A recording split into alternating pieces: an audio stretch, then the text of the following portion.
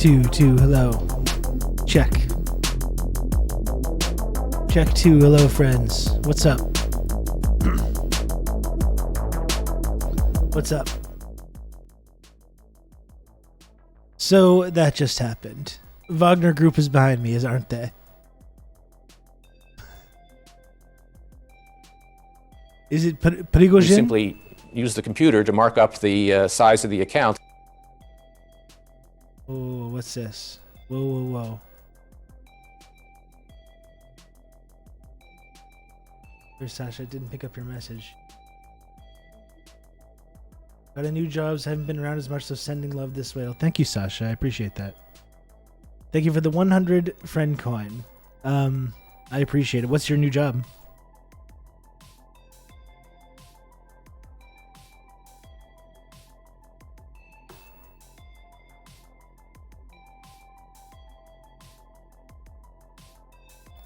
Anyway, I don't know. Like this, I'm not going to stream a super long time today or anything. I didn't get around to it yesterday.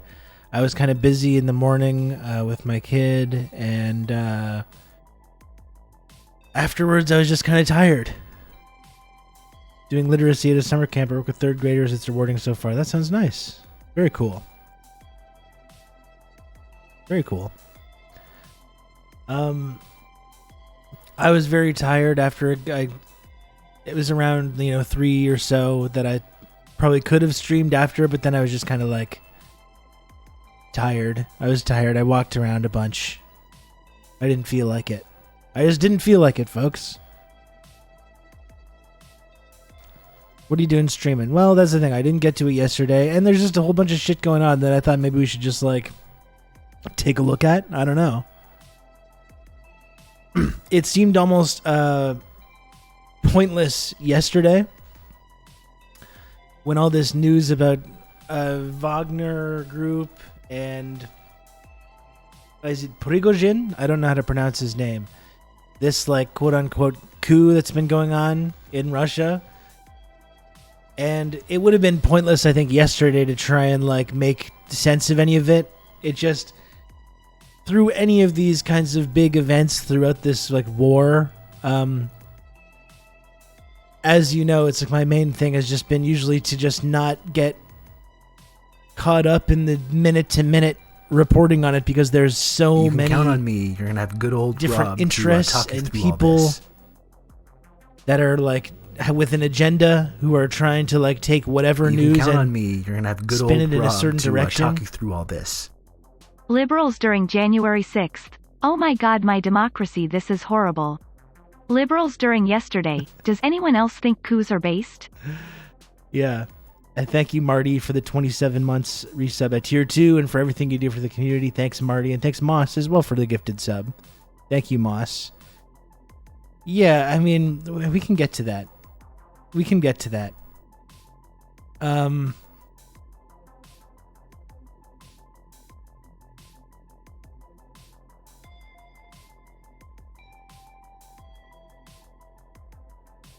Or, hold on.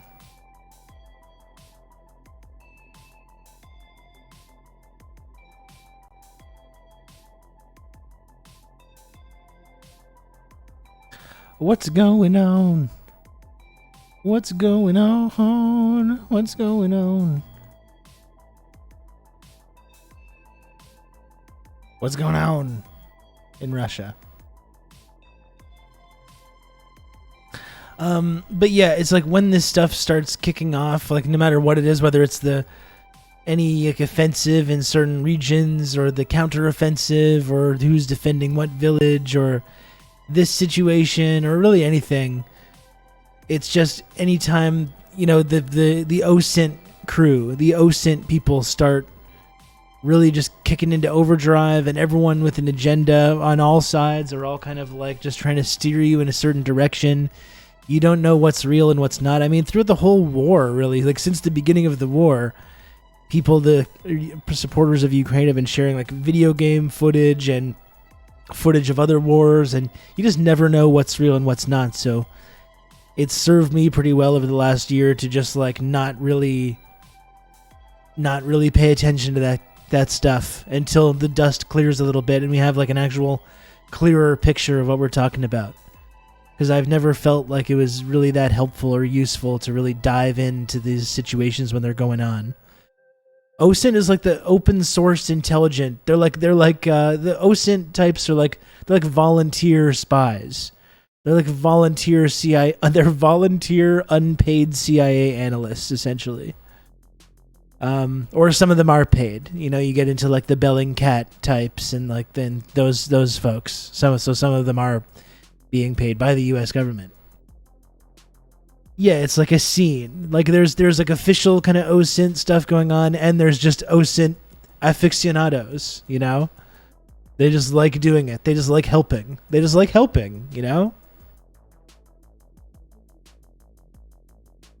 They just want to help out. And they want to be little spies too, and they want to be good little boys and girls for NATO or whoever, and then they go and do it. And they get little head pats.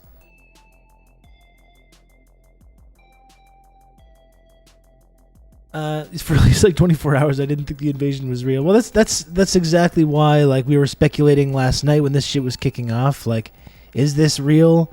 There was this whole like counteroffensive that wasn't the long discussed and long promised counteroffensive that just kind of fizzled and didn't really lead to anything.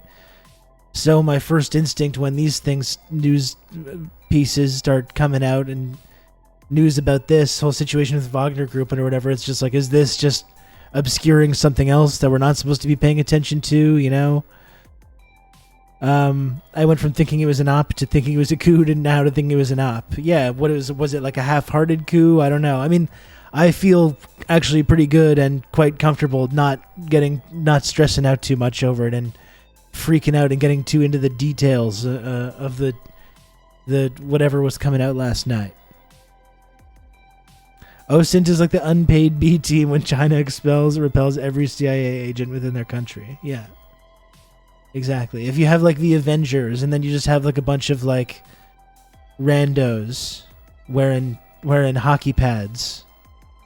When the Avengers are busy, they show up wearing like balaclavas and stuff.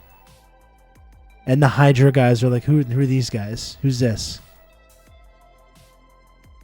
Open sourced intelligence wonks are the perfect rubes for NatSec ops. Yeah, and we saw the whole thing with the leaked documents a few weeks ago, right?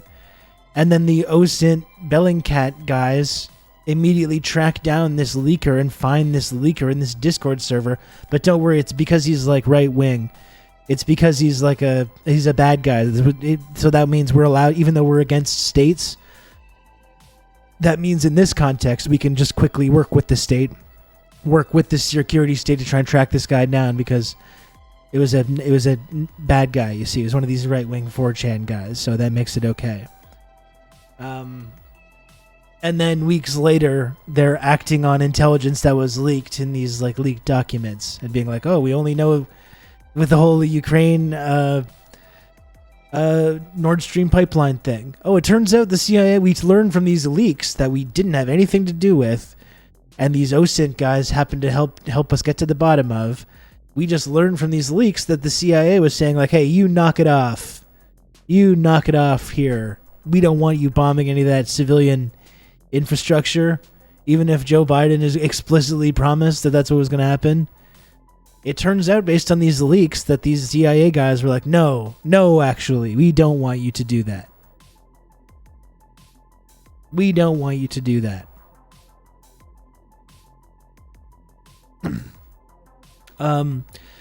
So yeah, those folks, that kind of crew was just in total overdrive last night. You had all the kind of Russia bad, Putin bad people just like gloating and end zone dancing, and it's like I don't get it, you know? And as many people know, I agree that Putin is bad. I've put it on the screen many times for people to look at. Everyone knows my feeling about Putin being bad. Everyone understands that I agree with this basic idea. But I think like some of these people do need to pump the brakes a little bit because they've poured so much into this like cartoon version of Putin that they've created in their minds, like going all the way back to Trump and Russiagate and all that stuff. they've created this cartoonish version of Putin in their minds where he's this like all-knowing like puppet master, mastermind, Hitler, Putler, whatever. And I think people would be surprised, people that are like cheering on a coup in Russia last night, or like cheering on the idea of some attempted overthrow by this private military company. I don't think they quite realize, or maybe they do and they just don't care, but I don't think they quite realize that like Russia could end up with, in that kind of a situation, could end up with a Putin that, or not a Putin, but could end up with a leader who views Putin as being way too moderate. You know? Is that what we want? Would that be a good thing for the people in Ukraine, for the people in Russia, for people around the world? I don't really think so. If you got someone in there that's like, makes Putin look like he was holding back this entire time, who really wants to take the fight to NATO in the West on a more official capacity. We know there's people in the West and people in the United States government and other folks that are clamoring for that as well. Like, is that really what people want? I mean, I guess it is, but I don't know if they've really thought through the implications of that, you know? Or if this Wagner thing, let's say it was successful, and if it's some kind of like, if it was just, oh yeah, the CIA gave them like $1 billion to just switch sides and assassinate Putin or overthrow the government or whatever, like that would open the door of like there to so much chaos. Like there would be so little appetite for that, I think, among people in Russia, if there was some kind of like a Yeltsin like pro-Western coup that took place. I mean, people in Russia remember exactly what happened the last time that exact situation took place. And I don't think there'd be a ton of appetite for that. Anyways, it's like these are the people that are like, you know who I hate? Tankies. You know what? Tankies. I just can't stand them. Those damn tankies. Oh, they just cheer on violence and they're so violent and they love tanks. And then these very same people are cheering on this fucking brutal private military company rolling tanks into Moscow. Like, where do we think that's going to go? Do we think that's going to lead to, that's going to be good things? Do we think that's going to be a good thing for the people in Russia or the people in Ukraine or anyone? I don't really think so. But you have these same people, the dronies, right? These liberals that have convinced themselves that they're on the side of progressive social forces and defending the weak from injustice or whatever it is they tell themselves. They're just no one cheers on this kind of violence more than them.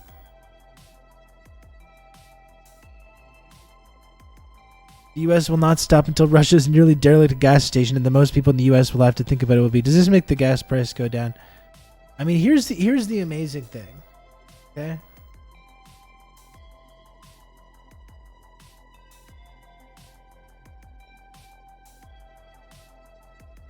Seeing posts like this.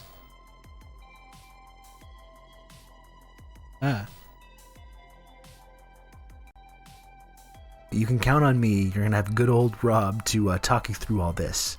Rare Saturday Rob unlocked. That's right. Who's that? Ian DJ Cooper, thanks for the 22 months tier 1. Thank you, Ian. Thank you. Thank you for that. I'm seeing posts like this, though. From this guy. I don't know who this guy is. Richard Hanania. President of the CSPI Center. What's the CSPI Center? The Center for the Study of Partisanship and Ideology. Oh, that sounds really, really benign. Not nefarious at all. Look what this guy says. There's no good ending for the Russian people that This is doesn't some guy, recognize... Rob Russo, some leftist based in Canada. I was turned on to this sick individual, and I found this. Oh, here he is. Here he is. It's Dan Simpson, folks. Thank you, Dan, for the raid. Welcome, Raiders. Bring it in here. We're just... Now that the dust has cleared a little bit on this whole Russian situation, and we're able to go into this and pay attention to it with a little more clear-eyed viewpoint. That's not being obscured by all the relentless propaganda. We're just taking a look at what this story is and what's been going on. But I wanted to look at this tweet from Richard Hanania. It says, there's no good ending, and thanks again for the raid, Dan. I hope your stream was good. Richard Hanania said there's no good ending for the Russian people that doesn't recognize their entire culture and civilizational model has failed, and the country has to be remade. This is the key part. Has to be remade along Western lines. Tough pill to swallow, but every other path is towards certain disaster. Fucking Richard, newsflash, buddy. How do you think Russia ended up in this current situation? How do you think you ended up with Putin? How do you think you ended up with this whole fucking situation, sir? Like this, it's this constant refusal to learn anything from history or even remember it. This constant refusal to remember even recent history, even the early 90s now. Even the early 90s, just no recollection of what happened when this very similar situation took place. And this guy runs some kind of think tank.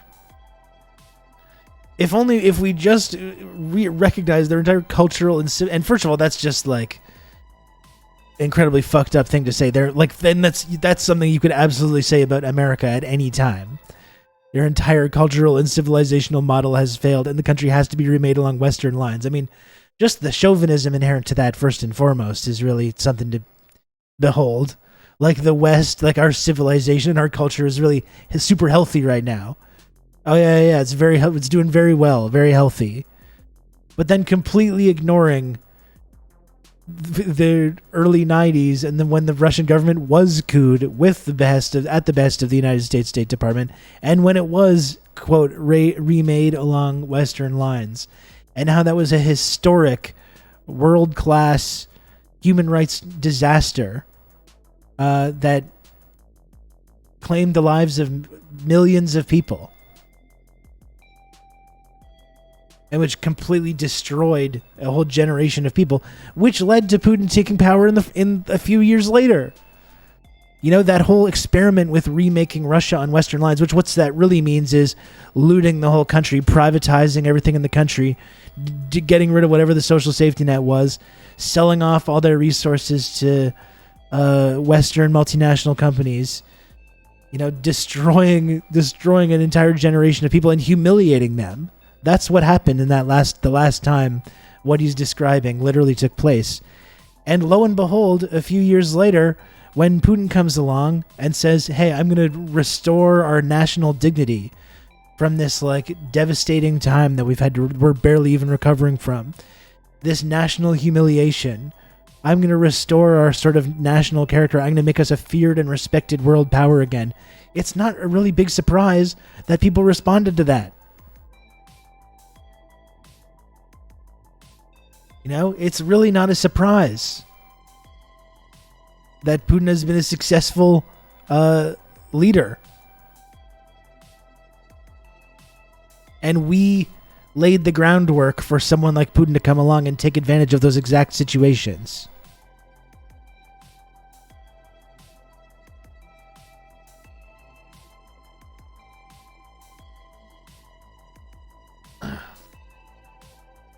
And yeah, just so many people last night just cheering on the Russian government getting coup, just without having any real conception of what that would actually mean.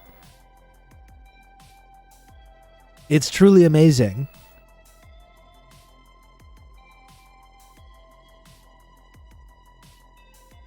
Yeah, Putin and Medvedev were still trying to be in the Western club, but that was clear eventually that they never would be. I mean, as we've talked about many times, Dakadoon, that's the main thing about this story.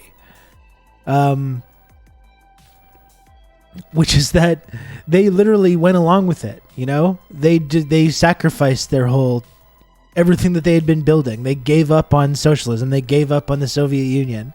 Something they had spent, into almost a century trying to build. And expended untold resources and blood trying to build this project, which, as I've talked about before, is something that I think is a really admirable project.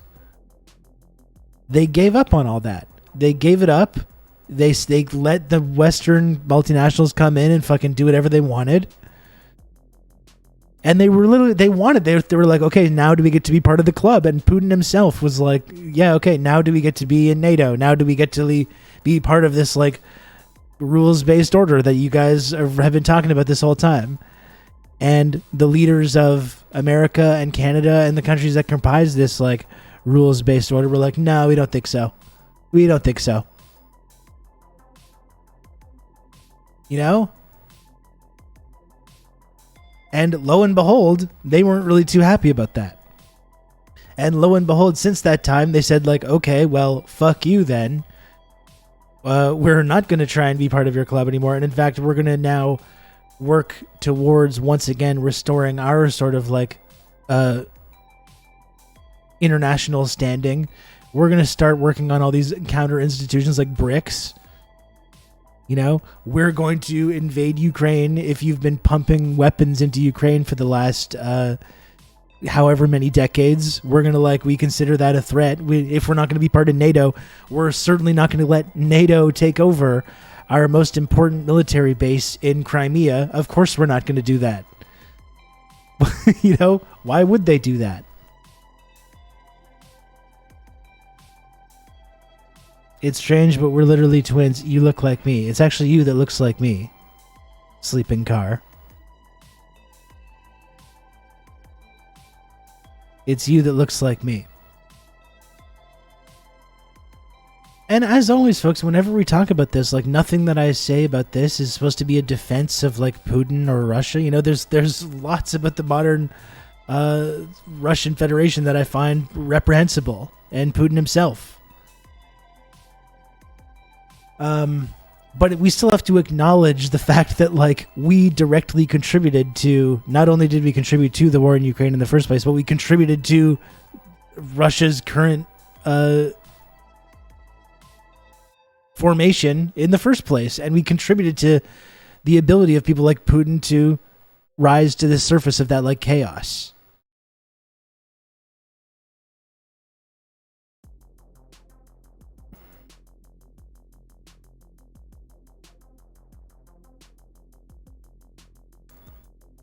Putin has explicitly tried to model the RF after the US in having two oligarchic parties divided by social aesthetics, but ultimately will remain loyal to domestic profit, which is why we have the meme communists that think he's awesome because he'll rein in oligarchs when they step out of line, and why we have libs that think he's the devil because he won't bend the knee to the US. Yeah, and he also is very socially conservative and socially reactionary, which is, you know, grotesque.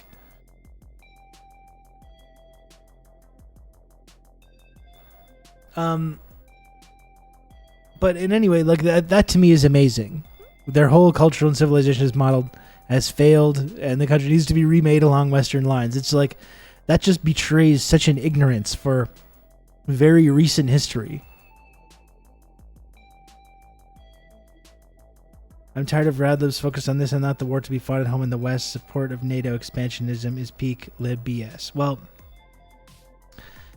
I mean, Brian, like as I've been saying for now over going on 2 years, more than that, I've lost track of time. But like it's a pretty basic leftist position to be against NATO and against NATO expansionism. And to play like the way that people have like twisted themselves into this contortion to support NATO expansionism and also use this kind of rhetoric about being against war authoritarianism to support further NATO expansion and, I don't know, arms sales and proxy wars. It's been really distressing, I think, to see people get tripped up by this.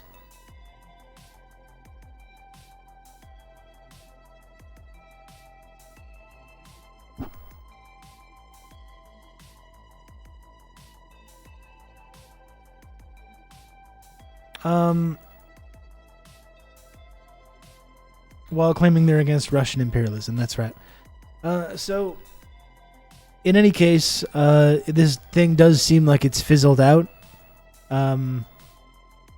I don't want to name names because it's like I feel like it's everybody. It's like it's mostly everyone that I felt like I had some kind of connection with. And I guess that was part of always when we talk about the invasion in the first place too, which I've been against. I've been vocally against that. I think I've been more against it than sometimes some people in this community want me to be.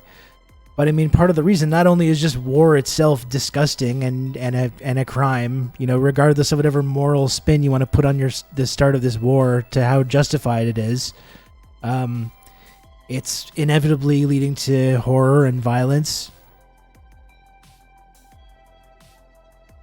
And also, one of the things we were asking is like, isn't this conflict, empowering NATO? Isn't it empowering these Azov guys? Isn't it empowering Ukraine? And sometimes it's kind of been back and forth on that. And like, we didn't know if it was, helping NATO's position, or was it some big gamble that's also like accelerating this de-dollarization process that's exposing the Western sanctions as being nowhere near as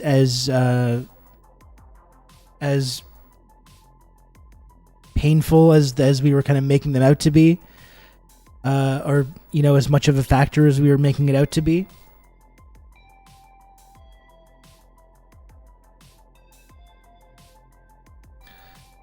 But also, it's like in the current context of this conflict as well, and like taking this fight to these NATO-backed forces and relying on depoliticized private military companies in order to achieve these goals, that was always a big risk as well, And like, this is what happens when you have a depoliticized army, and you are relying on these like mercenaries or these private companies.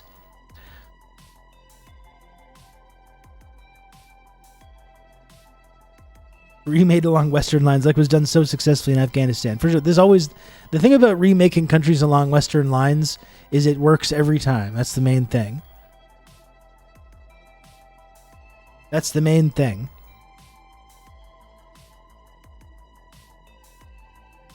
Anyway, like that's just it. It was bizarre yesterday to see people who were like pro-Ukraine all of a sudden like cheering on Wagner Group to overthrow the Russian government. And I really don't know if people have really reckoned with what that would actually look like. Like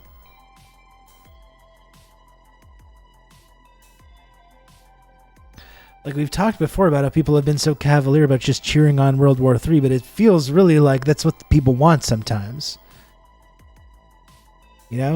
They really want, like, you've got this whole thing with the power plant in Ukraine and Lindsey Graham trying to build support for escalating the conflict over that.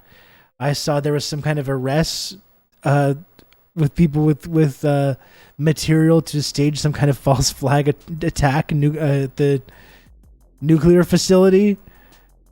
It's just, you've got these people on all sides really trying to ramp this up and escalate it. And I truly that's what makes me feel the craziest, is when you have these people that seem to be like clamoring for World War III. Like, what if nuclear armed Wagner Group overthrows the Russian government? Like, is that really something that we should be like cheering on or supporting because Putin bad? I don't know. I don't really think so.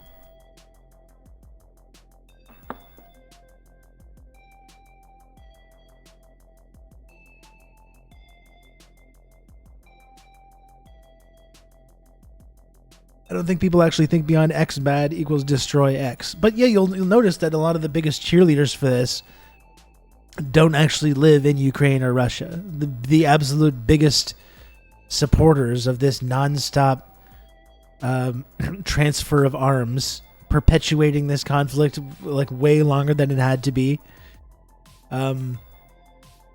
cheering on the coup of the Russian government, which would most likely, if the prior history is any indication, would be absolutely devastating to people in Russia, who I thought we're against the government, we're against Putin, we're not against the people. But no, it kind of seems like you are against the people, because that would be an absolute disaster. And yeah, they don't even live there. They don't have to deal with the consequences. They don't have to be part of the violence. Like, they don't have to live in the fallout of that.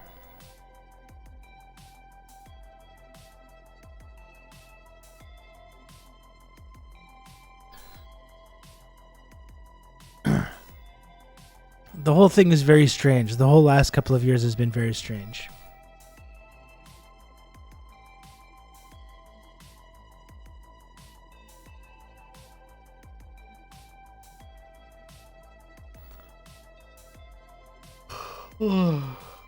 Tired. Anyway, like I was saying though, I was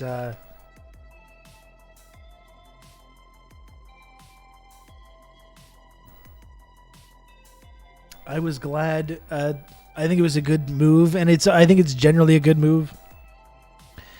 Anytime anything like this happens, to just like take a step back and wait till the dust clears a little bit before we start firing off takes, because it seems like everyone feels this urge to get their take out there, and like I said, everyone is in absolute overdrive, spinning and trying to like create a kind of narrative. So I don't really feel like I missed out on much by not fixating on it too much.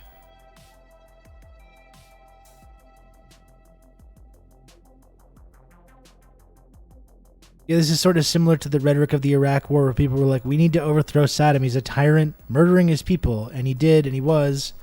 But we put him in power, and nothing good followed his overthrow. Yeah, it's like he was murdering his own people because we paid him to murder his own people, first of all. And we gave him arms in order to do that. And just like being against the Iraq War didn't mean that you supported Saddam, being against the arms transfer to this nonstop arms transfer to Ukraine, or the prolonging of the Ukrainian conflict, doesn't mean you support Putin either. You know, it would have been better for everybody on all sides if some kind of arrangement had been reached in a year ago. You know, there's been over a year of chaos and violence and destruction and death in Ukraine, and we've had these people in the West just cheering it on from the entire time, cheering it on and supporting it endlessly. And like what, again, people that don't actually live there. Like, there's actually human beings that have to live through this situation that we're encouraging it just goes on indefinitely. This film is dedicated to the brave Wagner freedom fighters. Anyway, I think it was a good idea not to get too fixated on it. Prigozhin says it's over. They were going to dismantle PMC Wagner. We came out on 23rd June to the March of Justice. In a day, we walked to nearly 200 kilometers away from Moscow. And this time, we did not spill a single drop of blood of our fighters. Now the moment has come when blood may spill. That's why, understanding the responsibility for spilling Russian blood on one of the sides, we are turning back our convoys and going back to field camps according to the plan.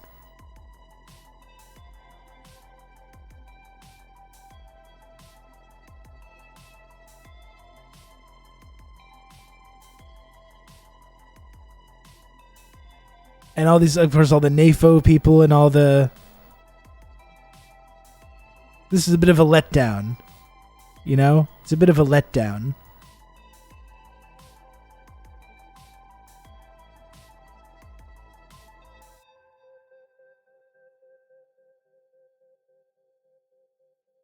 They're like, no, keep going. Keep going. It's not possible to attack Putin, to march almost up to Moscow and to say, oh, I changed my mind. Prigozhin knows it well. Interesting times are coming. Well, and that's why I think we've been wondering, like, what the reality is here, and where the op starts and the reality begins, and how much of this is real and how much of this is misdirection. This is exactly why I've been reticent to, like, really dive into it.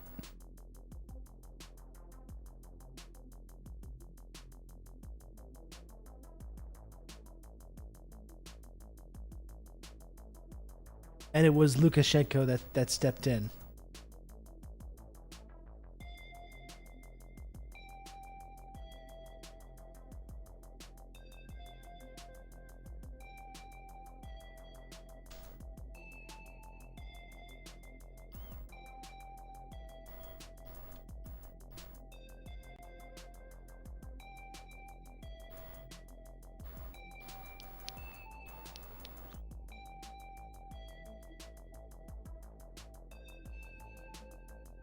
Does this mean I missed my chance to get free money from libertarians who were betting Putin would fall on betting sites? Yeah, seems like it, yeah. Although maybe there might be some big parlays out there for that. One thing I've been thinking about is how it took a little more than a year for Russia to see a coup after invading Ukraine, and America invaded Iraq and Afghanistan and destroyed them for generations. And apart from a few protesters, we didn't do shit to force our leaders to face consequences for those crimes. I get that Wagner isn't attempting a coup in protest of the war. But it's still kind of crazy just how voluntarily Americans accept our imperialism. No, it's true. I mean, but it's like people feel helpless, and that's not a incorrect feeling when you see the amount of power and the ability of the U.S. government to wield, and how ruthlessly they'll wield state violence against anyone that's going to try and stand up to what they're doing. Yeah, I just don't. No matter how much you don't like Putin or think Russia's bad, I don't understand the idea of cheering this on and thinking that it's this great thing.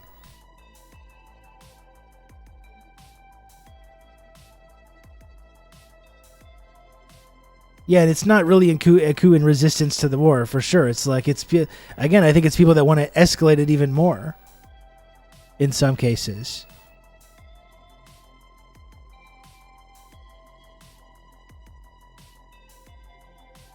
And that's what I mean, too. It's like, I would actually support the Russian government getting overthrown if there was a coup that was being led by Marxists, you know?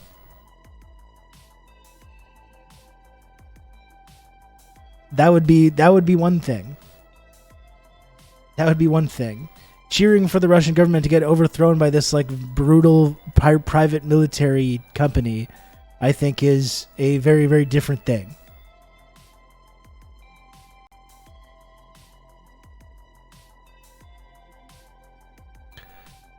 So Prigozhin accepted Lukashenko's proposal to stop the movement.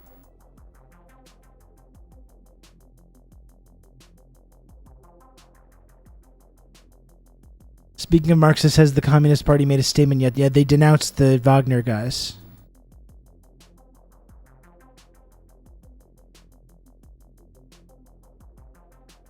Yeah, Wagner chief, this is from what? Half an hour ago or so. Wagner chief Prigozhin says he ordered troops to stop advance on Moscow and return to base to avoid bloodshed. And yeah, like Aaron is saying, condolences to neocons everywhere, but this is not just like a certain sect. This was like all our compassionate progressive liberals. We're all out there like cheering this on. It was very strange. USSR 2.0 would be cool. It would be, yeah.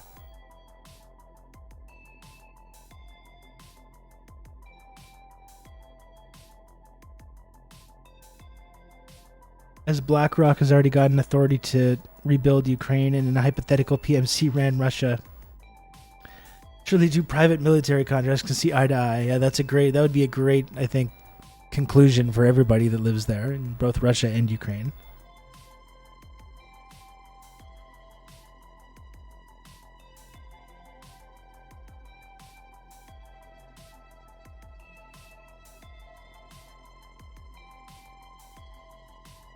I found this account to be very helpful. I wish they would. It's been disappointing to see them start to like editorialize and talk about gender bullshit. What is with our fucking anti-imperialists if they can't stop talking about gender? It's really fucking stupid. Not that we shouldn't talk about it, but they can't stop freaking out about it, rather.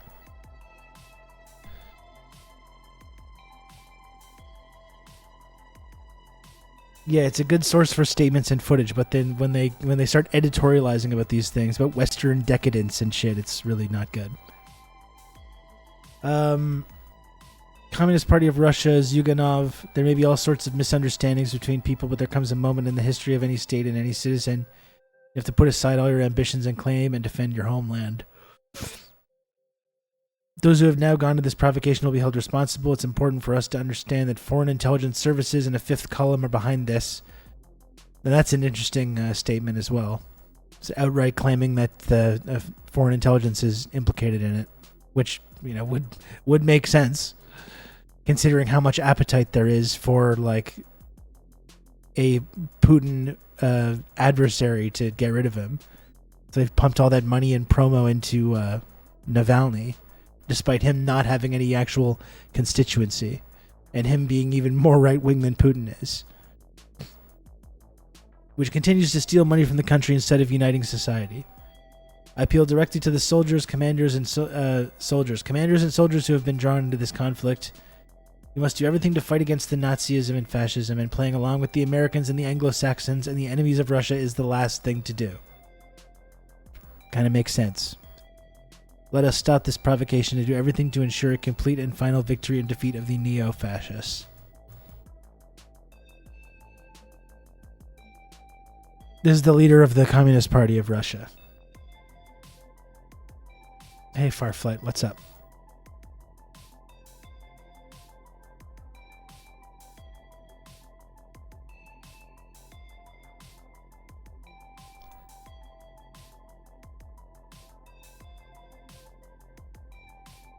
What else do we have here?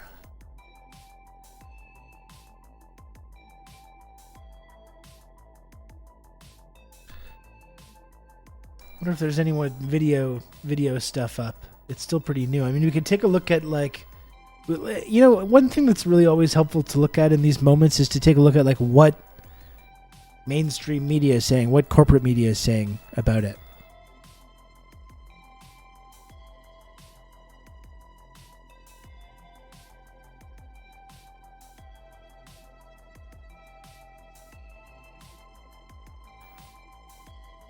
"17 hours ago. Live from Moscow.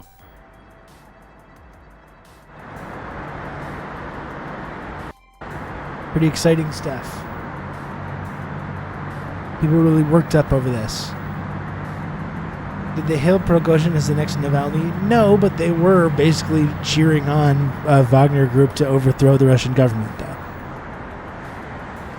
Which is just not something that I feel like people have put a whole lot of thought into.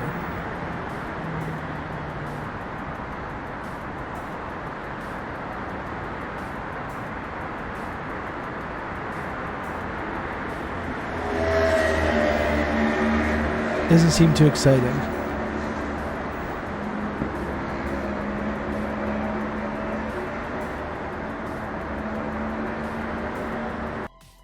We're going to take you straight to Moscow and listen in to President Putin addressing the events overnight. Let's listen in.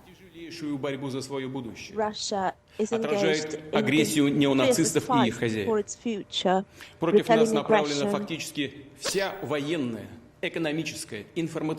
the entire correlation is not causation, but I do want to point out that the coup stopped just minutes after I went live.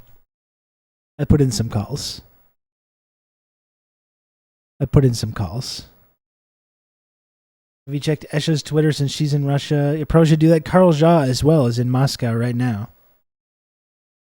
military information and information might of the West has been sent against us. We're fighting for our independence, for our right to remain Russia, a country with 1,000 years of thousands of years of history. Today, the fate of our people is being decided. We need the consolidation of all forces.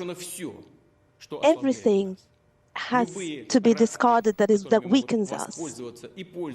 Anything that can be used and is being used to subvert us from within. I saw Carl was on RT as well. I'm going to throw that on in a sec. Any actions that split us is a betrayal of your people, betrayal Hang on just of one sec, folks. Comrades that are fighting on the front line, a knife in the back of our people. And this was struck Russia in 1917, when Russia was waging the First World War, when victory was stolen from it. Politicking behind the back of the army and the people turned into a huge upheaval, the destruction of the army and the state, the loss of huge territories. As a result, was tragedy, Russians killing Russians, civil war, and benefit was derived by various political adventurers, foreign powers that are tearing the country apart. We shall not let this happen again. We will defend our people and our state, He does look kind of mad, yeah. including against And I mean, they had, in terms of like strife and the narrative, you know, the whole offensive had fizzled. Like, they kind of had a tight grip over like controlling that narrative, and really this sense of inevitability was kind of sinking in. I think even for the most ardent supporters of Ukraine, that like there's no real way around this. So for sure, this is a huge embarrassment, and a big crisis that's happening that is totally undermining the position that they've spent almost 2 years trying to put in place. And betrayal. And that's what we're facing, betrayal. And when personal ambitions take over faith in your own I'm not people, mad. and the cause Don't put it in the newspaper that I got mad. for which the soldiers Was it? Yeah, and Maybe says they can have an internal coup attempt and Ukraine still can't gain ground. This is what I mean. It's like all the people that like, there's been this counteroffensive that's gone nowhere. And all the same people that are just not even mentioning that are now just like bending over backwards to be like, oh, you thought that I was told by Tucker Carlson that the war was pretty much over and stuff, and like basically bragging and suggesting that all the analysis, which is like, regardless of what you think about Tucker or whoever else, all the analysis of the last like few months, which indicated that, you know, this thing, what like neither side was really gaining ground anymore, and there's not really anything that Ukraine could do.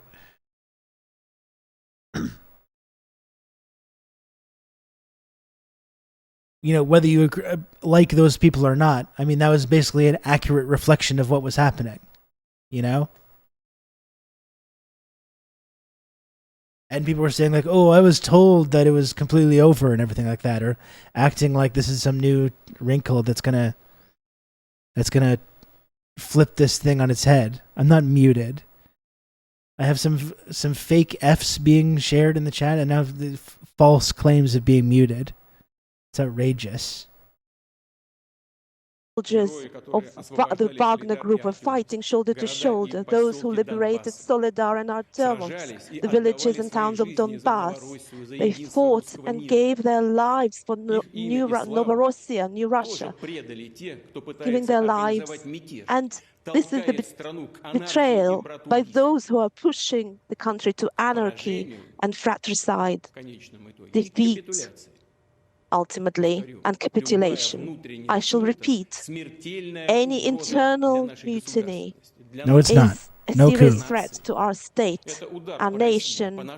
It is a blow to Russia, a blow to our people, and our actions to defend the state against this threat will be harsh. Those who consciously chose treason, blackmail, and terrorist methods will be inevitably punished. They will answer before the law. Psyops going on in the chat. Unbelievable. The armed forces and other state authorities have received the necessary orders. Additional measures of an anti-terrorist nature are now in force in Moscow region, and other regions.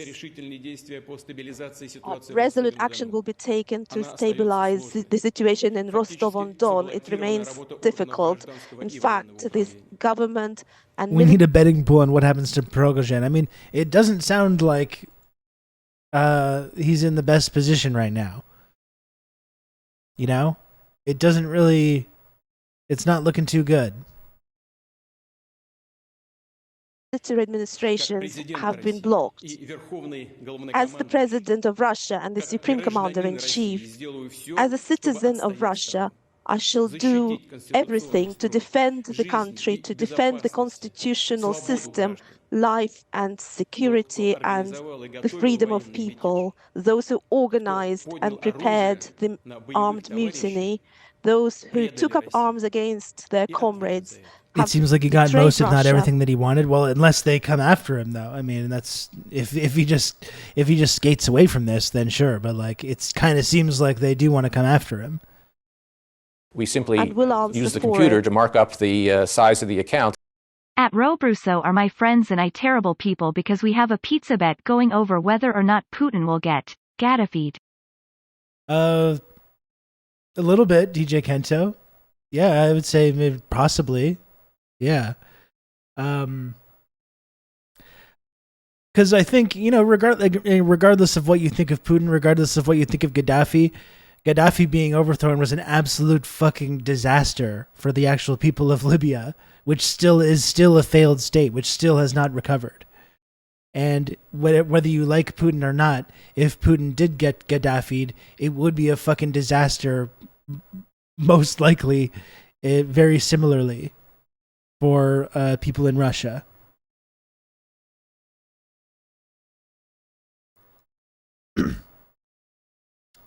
As we saw the last time that Russia was couped and by a Western-backed,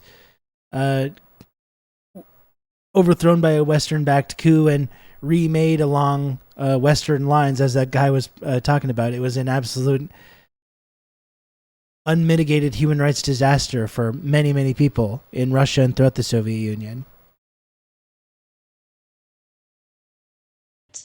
Those who are being drawn into this crime, I urge them not to make this irrevocable mistake and stop taking part in the crime. I am sure that we will preserve and defend everything that is sacred to us, and together with our motherland, we will overcome any trials and will be even stronger.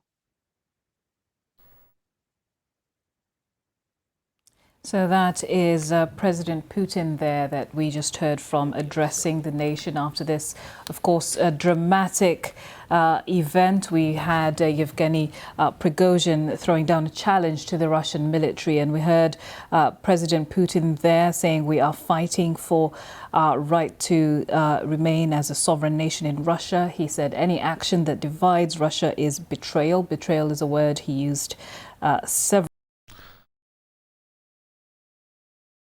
Let's see Carl Jha. Friend of the stream, Carl Jha on RT. Well, I'm joined live now by host of Silk and Steel podcast, political analyst and historian Carl Jha. Carl, thanks very much for joining us this morning. That's such a cool shirt obviously to wear quite on RT. An incredible development in the ongoing disagreements between Wagner and the Russian MOD. But has this come as a surprise to you? No, because Prigozhin has always been working outside of the system. We've seen at the Bakhmut operation that he was already voicing his discontent quite openly. And I think it's only a natural conclusion because in the end of the day, PMC Wagner cannot exist outside as a military force outside I've been of saying the Wagner Russian like the German style for long. I mean, that's not normal. Either they will be absorbed or they'll be disbanded.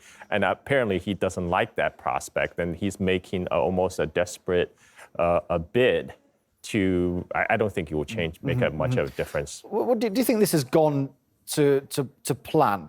Obviously, the Russian President Vladimir Putin has condemned in no uncertain terms this treasonous act. And obviously, General. Imagine traveling somewhere and a coup attempt happens. There's a Donald Fagen song about just that, Dakadoon. Great song called "The Goodbye Look." About that exact scenario. Surovikin has also said something similar, encouraging Prigozhin to step down. Do you think he expected this response from the higher-ups? I mean, how could he expect anything else? The fact is, it's not the way I would do it, right? You don't go announce your intention to change to voice your different opinions with the Russian establishment in Donald Fagan, Rostov-on-Don, which is 13 hours drive from Moscow. I mean, I would recommend Donald Fagan's album, The Night Fly, to anybody. It's one of my favorite albums. Number of very good songs, but it's got this song called The Goodbye Look about this American that's visiting this like Caribbean, some unnamed Caribbean nation where there's this coup attempt that's going on.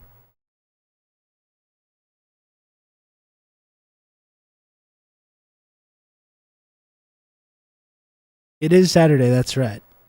It is Saturday. I didn't stream yesterday. Thought I would try and talk about some news. Some big news going on right now. Right, you do it when your tanks are already in Moscow, care, you're Marty. sitting in Kremlin, and you announce the change in management. But now, first of all, we already know he doesn't have the support of the Russian military because Prigozhin's first said his reason is because his troops have been shelled by the Russian military. Okay, great. You don't have the support of the Russian military. You have 25,000 troops. That's great. Do you have air support? No. I mean, what are you going to do with the armored columns on an open, flat terrain of Russia without air support? You're sitting ducks, and you're still 13 hours away from Moscow. He is not in a very good position right now. Well, speaking more widely about the war in Ukraine as a whole, you would think that this current situation would play in. Weird how you have to turn to RT for better analysis than any corporate media in the States. Of course, you see why they had to ban RT off of all the different various platforms. To Ukraine's hands, that now these Wagner, they're off the battlefield. We don't know. Maybe the Russian MOD might have to withdraw troops. We don't know yet, but it's certainly a distraction, to say the least. Do you think Ukraine's likely to try and take advantage of this? So right now, given this present situation, that means the Russian side probably will not launch a major counteroffensive. But at the same time, the so-called Ukrainian offensive, as we have seen, has been a total fiasco. They came out and they got demolished. I don't think they're in any shape or form to launch another one. And if they do, as I say, they did not. Like none of this shit had to happen. I don't it's think so they sad. Expect different result from the last time. Last time they came out with their armor columns right in the open space without air support, with minimum artillery support, and predictably they got demolished. They do it again, it would just happen second time. Well, the Russian president... How many of those people in this counteroffensive have been trained for like a few weeks? In his description of current events. And in his address to the Russian nation today that we heard just over an hour ago, he did cite parallels with the 1917 revolution. You don't think RT is biased towards putting over Wagner? Well, I mean, obviously it's biased because it's going to represent the Russian state, but it's going to give you a clearer picture of what's actually happening, I think, than... Like if you look at corporate media, it's all filled with disinformation and heresy and speculation. Like this is, and bringing on Carl, who's a really smart guy who's going to be open and honest about it. No one in American media or Western media is going to be doing that. So it's a better and more informative segment than you would see anywhere else in the Western media. It's at least grounded in reality. Yeah. Do you think that's a fair comparison? Are there any similarities with today's events? It's interesting. Mr. Putin made a reference to the 1917, the Bolshevik Revolution. Yeah, in the negative. And Fucking the fact Putin. is, Prigozhin, what does he have? Well, he's not Lenin. He doesn't have a coherent ideology behind him. What he has is money. He's paying a group of mercenaries who came straight from prison. They are under his command because he's paying for the bills. And you can't expect mercenaries to be loyal. They will not be loyal as long as when you have an invasion that's based entirely on these kinds of mercenaries, you open yourself up to this kinds of problem. Pay, right? And they're not going to be charging the Kremlin for higher ideological goals. So, He only has 25,000 soldiers. What would you expect would happen? Well, I don't know. According to like all the OSINT people online and all the Russia watchers, they seem to think it was just going to be a piece of cake.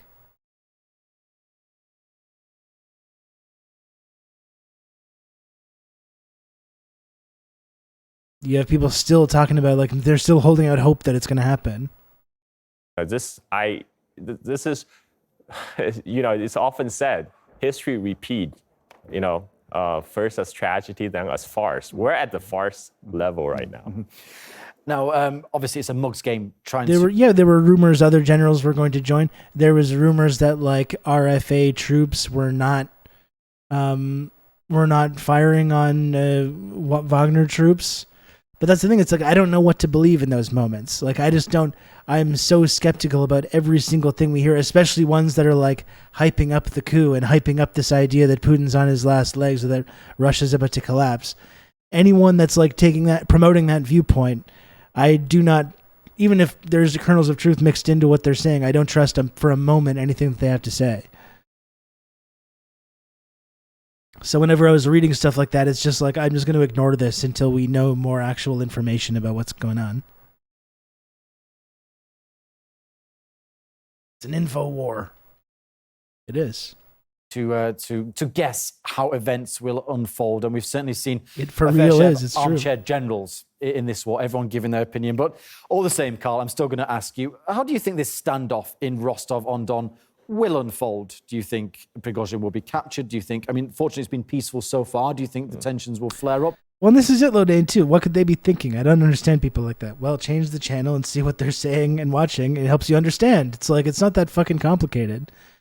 Like, I still remember how valuable it was for us the day after Putin recognized these breakaway republics. You know, not one Western media source was actually going into like Donetsk or whatever and talking to the people that were living there, the people that had been getting shelled for the last decade, that were like, finally, thank you. You know, we had to watch RT just in order to get that perspective, to understand the basic idea that like there are people that are actually quite happy with this situation that wanted to continue. They were criticizing Putin for not doing it fast enough. If you tuned into RT right before this kicked off, like that was one of the main sentiments. They were like, "What took so long?" And we only got that viewpoint because we looked at RT because it's just not available. That viewpoint's just not available in the West. The cancer is going to get him any day now, for sure. The rampant speculation about his health and mental well-being and stuff, it's just completely deranged. Completely deranged stuff. What are your thoughts? Yeah, as I say, he's actually not in a great situation right now because right now there's an open break between him and the Russian government, and especially with Mr. Putin's speech. He's not an intimidating man terms, Putin has pointed out this is a rebellion. He looks like an accountant. The Russian state, and we will put a stop to that. And I just don't see what kind of support Prigozhin would have, behind his little whatever he calls it, and he is right now he claims to control Rostov-on-the-Don. Great. What is he going to do? Is he going to venture out and send his armor column to Moscow, where they can easily be slaughtered by the Russian Air Force? I mean, he's trapped. He's trapped. Indeed, it would be quite a distance to cover, and it brings me on very nicely to my next question about Moscow. Obviously, a counter-terrorist operation regime, I think, as the Moscow mayor called it, has been declared in Moscow, and we have seen some troop carriers on the streets. Do you think this is more of a show of strength to reassure Moscow inhabitants, or do you think there's any real threat to Moscow? I think you are onto something here. I think it's more to reassure the public the Kremlin is in control. I woke up today with a text message from China, from Thailand, my friends and family, all wanting to know what's going on, whether I'm safe. And I look around, I feel safe. The old catering company to PMC safe. career path. I went down to he my started hotel in the PMC rooftop, which overlooks the Kremlin and the Red Square, and it looks perfectly normal for a Saturday morning at 7 a.m. And right now, only thing I notice is different is there's less traffic than normal. Normally it would take me an hour to get to RT headquarters. Today we flew by, but again, it's because it's Saturday. It's Saturday, there are not many people around. Indeed, yeah, and I believe they have. Interesting. Yeah, again, I don't really feel like I missed out on much by not immediately diving into every single breathless story that was being reported about this. I should take a moment to remind folks, this is a bit of a shorter stream today. I'm here at an hour and 10 in. Gonna got a decent couple of viewers here. And I would just like to remind folks that it is Saturday. It's usually a day off. It's usually a day that I'm not doing this. But I did want to come on here and maybe talk about some of these things with folks and look at some of this footage and maybe, use our normal sort of TRRS analytical framework to kind of figure out what's going on here so no one's freaking out. And if you support this kind of content, folks, if you enjoy the TRRS program, the Rob Russo Show program is what I just said. If you enjoy that, if you want to support the content that I do here on twitch.tv/RobRusso, please, if you can, yes, Dakadoon, subs are allowed on Saturdays. So if you can, folks, please subscribe to TRRS. Every little bit helps. Every donation, every gifted sub, every tip, everything helps keep this program on the air. And not only does it support the work that I do, not only does it support the community, and you can join the community. It's a wonderful, dynamic community. You can count on me. You're going to have good old Rob to talk you through all this. It also gets you access to a number of really wonderful, tiny little images. What flopped harder, this coup or the Flash? It's a pretty lackluster coup so far, I gotta say. But the Flash still hasn't even broken 100 mil domestic. Good old Rob to talk you through all this. Was up, Rob? Was up, chat? You can count on me. You're gonna have good old Rob to talk you through all this. Thank you, Ms. Swatch. Slubbin.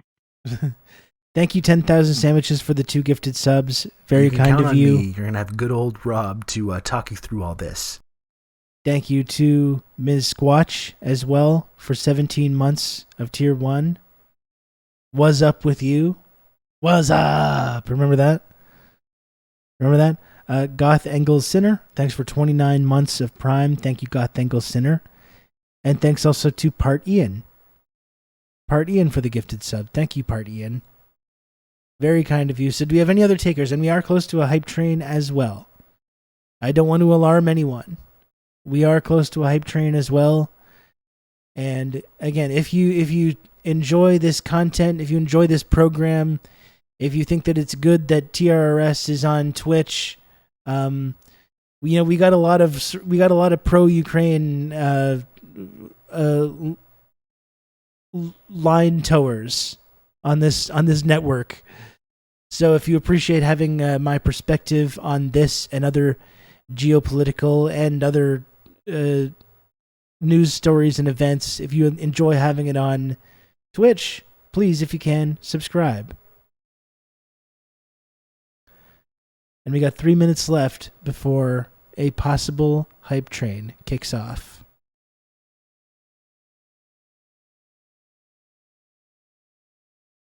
And we can talk more about this explosive situation later. I did watch Hunt for Red October yesterday. I don't think I'd ever seen it. Not like since seeing glimpses of it when I was a kid. It's funny being a Marxist and watching movies like Hunt for Red October, where the plucky CIA outwits the Russians, and you see Sean Connery, the defector sub-captain, defecting to the States, and you see he's having this conversation with his first mate, which is played by Sam Neill. And Sam Neill's talking about I will live in Montana. I will buy a pickup truck. I will go state to state and drive across America. And you watch it and you're just like, you son of a bitch. You disgust me. You disgust me. You're betraying everything. You're betraying everything. Your whole society, all your brothers and sisters and countrymen have bled for, to be a fucking piggish American wannabe. Disgraceful. That's what you're supposed to think. It's cool when you watch it in the theater in the 1990, but I was really taken aback by that. I will eat hamburger. Yeah.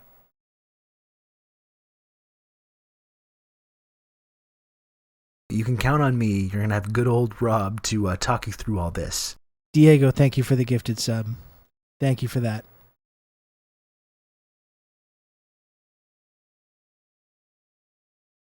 Thank you, Diego.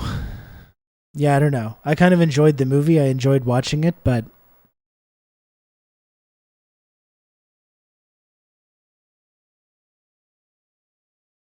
politically it's kind of messed up. In any of those kind of like American propaganda ones, when you become a Marxist and you rewatch them, it's just like seeing the bad guys win over and over and over and over again. And they have this whole thing, it's like we have this new Russian sub and it's got this special propulsion drive that's undetectable, and it allows it to go slip you can past. Count on me. You're gonna have good old slip Rob past to talk the you radar through all nets. And then there's just this one guy on this Navy ship that's like, oh no, I think that's a submarine, and no, I know exactly where it's going, and just immediately, just because he's a plucky American, just immediately solves the whole problem. Lots of the Tom Clancy extended universe shit can be cool, but it's pure State Department nonsense. Well, nonsense, yeah. I mean, you see the Amazon show as well, where it's just like they're like fan casting. It's like fanfic. It's like CIA fanfic. I mean, no, we know we really fucked up the Venezuelan revolution, but imagine it was like this. That's what the Jack Ryan show is. I know it was really bad and pathetic, and it totally failed, but imagine if it didn't fail. Imagine if Juan Guaido is this cool girl boss. What do you think about that? That's what Jack Ryan is. It's this like it's fanfic. It's State Department CIA fanfic. June Song 91, thank you for the 11 months of Prime.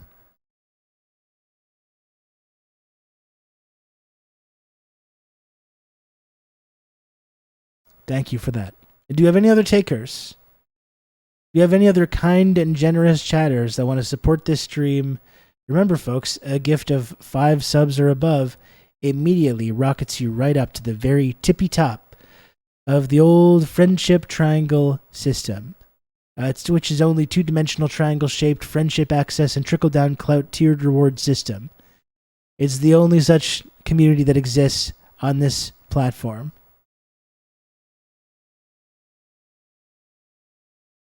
And with a gift of 5 subs or above, not only does that help keep this show on the air and support the work that I do, not only does it make you an elite member of the community, you also get a number of wonderful tiny images.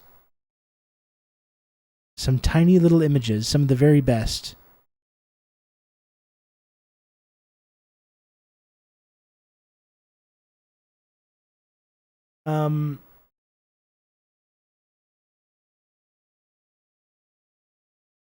After as far as I remember, the Red October book is even worse, where they're actually tasked with and have good old Rob to sailing right into New York's harbor and launching the nukes. According to Tom Clancy, the Soviet Union is just itching to destroy the Western world and all its citizens. Well, that's what the line was. That's how the CIA and the State Department justified all the aggression in the Cold War, because they were saying that they were preventing that. Gen X Bushy, thank you for the 2 gifted subs. I really appreciate that. Gen X Bushy, thank you for all the support.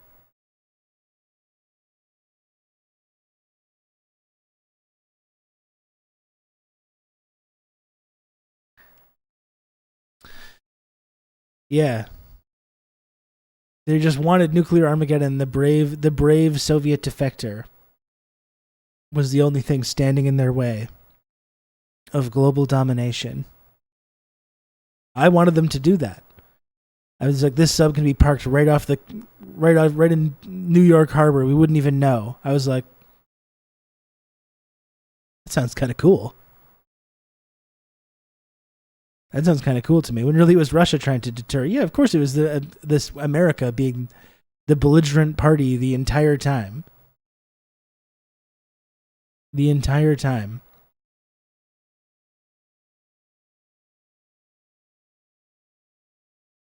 Do you have any other takers, folks? Do any other kind and generous? Don't make me sway. I don't want to sway. I don't want to do swaying, okay? I'm too tired. I'm really tired as well. I'm really tired. I don't want to sway. Don't make me sway.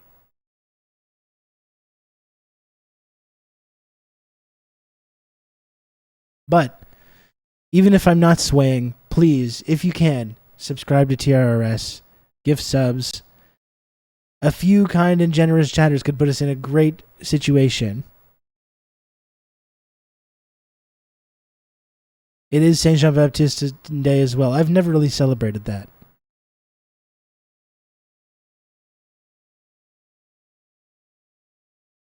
Pat and I tried our damnedest on the Subversive History to try and find a USSR-supported foreign newspaper or propaganda operation, but they literally did nothing of a comparable scale to what the U.S. is doing abroad. Yeah, and was often supporting anti-colonial struggles in which the Americans were funding the horrible reactionary side of those. Right? All around the world. In Vietnam, in Korea, in Nicaragua, and Cuba.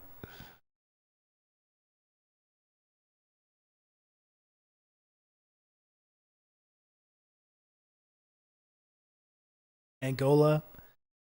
I think in the movie the submarine crew is just tasked with performing training maneuvers, and it's not really mentioned why the mutiny against the Soviet Union, but in the book Tom Clancy really hams up the American way of thinking and claims the sub-captain, because of communism, was not allowed to grieve for his dead wife, because that was apparently how it worked, of course, yeah. They're saying, oh, he's not Russian, too, he's Lithuanian. He's Lithuanian, so he's a victim of Soviet imperialism himself. You can count on me. You're going to have good old Rob to talk you through all this. Chaos the Gardener, thanks so much for the 3 gifted subs. Thank you so much. Chaos the Gardener. Very kind of you. I wish I didn't have to manually reset my sub goal. I really wish I didn't. Yeah, I was just disgusted with Sam Neill's character. I will live in Montana. I will drive a pickup truck and a recreational vehicle with my American wife. I was like, you disgust me, Sam Neill. You disgust me. One thing that completely changed my worldview is reading about how one-sided the Cold War was. It's fucking insane how well America's written the Western image of the 20th century. And it's been done through those kind of films. Like, there was a whole very well-financed and well-funded machine in place to churn out non-stop films like that in our non-propagandized society, right? In our, very silly. His grandpa was killed by Stalin. That's right. His grandpa that taught him how to fish. Stalin's personally whacked him over the head with a big club.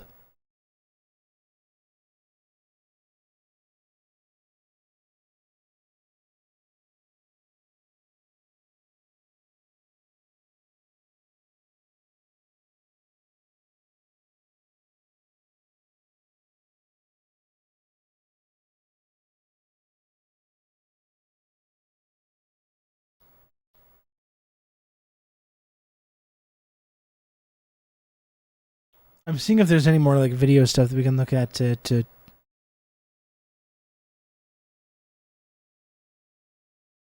look at here about this. Why didn't the Soviets just give up Berlin in the middle of East Germany? We forget about that sometimes, right? How Berlin was carved in half. Oh, it must have been because the line separating East and West Germany just ran right through the country and ran right through Berlin. Nope, not so. Not so. There is no real legal or moral reason why the Americans should have had any access to Berlin, let alone like splitting Germany in half. But I digress.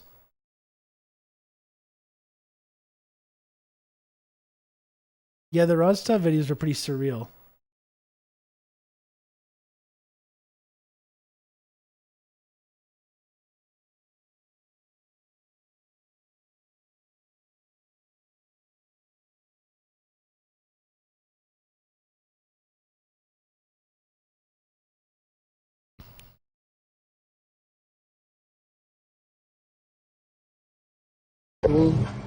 Особенного, просто пятерочка. Обычная очередь пятерочка. Just go into the Russian 7-Eleven. Особенного, просто пятерочка. Ребята тоже хотят кушать. Обычная очередь пятерочка. I saw another thing, Westerners and Americans like mocking this as well.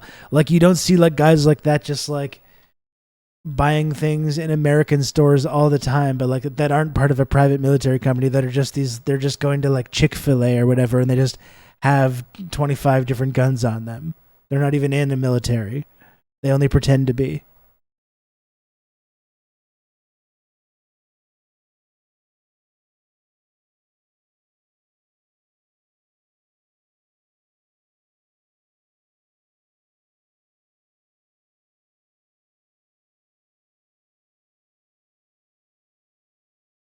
Wagner and Rostov. Boys, let's load up, let's go home. So what was this then?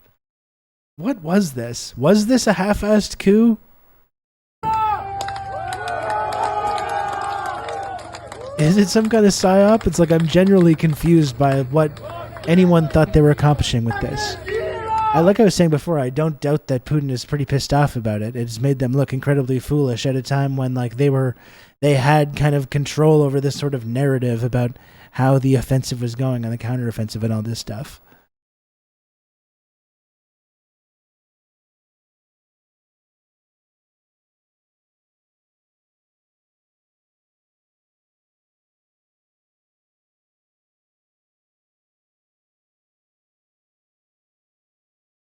Definitely think he just got some concessions out of Putin. But I mean, with what Putin has said about it, now they're criticizing him and calling him like, for him to be arrested. Like, can Putin just back off on that kind of stuff? Like, is that even possible for him at this point?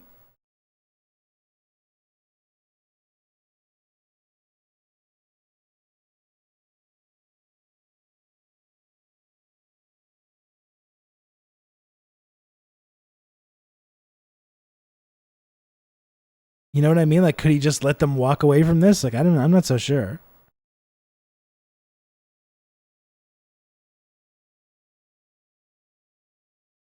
Maybe if Lukashenko negotiated some kind of settlement, maybe he's safe. Maybe he's safe, but I don't know.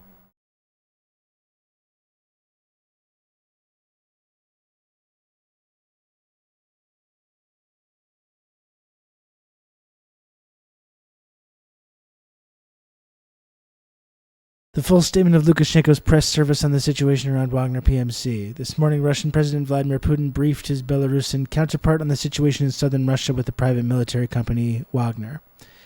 The heads of state agreed on joint actions. In further development of the agreements, the President of Belarus, having additionally specified the situation through his own channels, in agreement with the President of Russia, held talks with the head of Wagner PMC, Yevgeny Prigozhin. Negotiations continued throughout the day. As a result, they came to agreements on the inadmissibility of unleashing a bloody massacre on the territory of Russia. Yevgeny Prigozhin accepted the proposal of the President of Belarus, Alexander Lukashenko, to stop the movement of armed persons of the Wagner Company in Russia and take further steps to de-escalate tensions. At the moment, on the table is an absolutely profitable and acceptable solution for solving the situation with security guarantees for the Wagner PMC fighters. As previously reported, also today, the President of Belarus held 2 meetings with the power bloc of the country of the situation.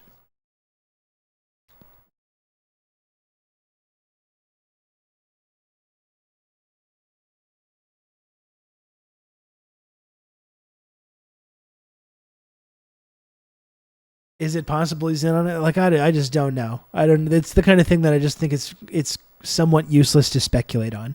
You know what I mean?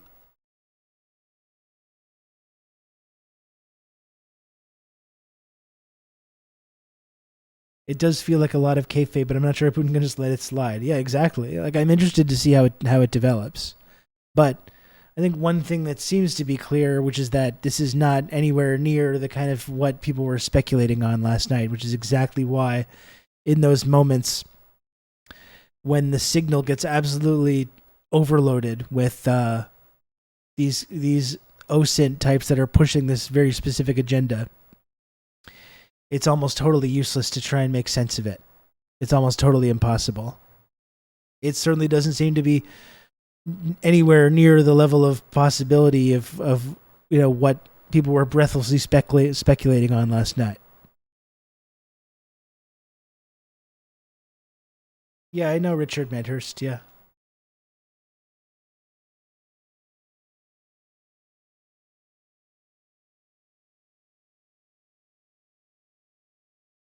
What's the word FA? I don't know. I'm trying to make sense of it myself. It seems like a aborted, half-assed coup that is nowhere near the level of seriousness that was what people are speculating on. I think that's pretty much all we're able to glean from this.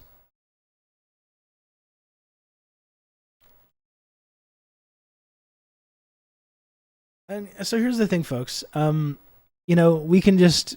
I didn't want to come back here for a long time today. I don't really have the energy to do a full stream on it. Lots of libs with egg on their face, so that's kind of neat. Yeah, that is a little bit neat. I agree. Again, people were like talking like Russia was just on the verge of it was at the verge of collapse last night. It seems like nowhere near the matching up to the sort of speculation on it.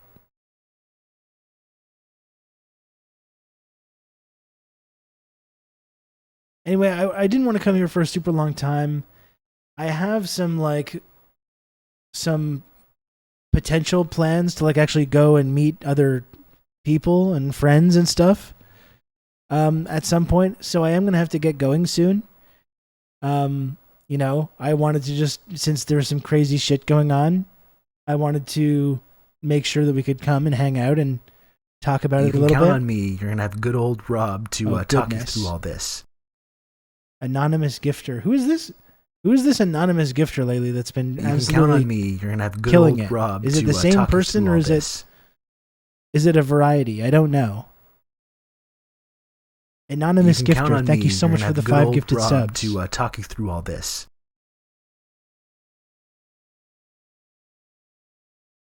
You can count on me. You're going to have good old Rob to very talk much you through appreciated. all this. And it's because it's anonymous. He did 5 times in a row. You can count on me. You're going to have good old Rob to talk you through all this.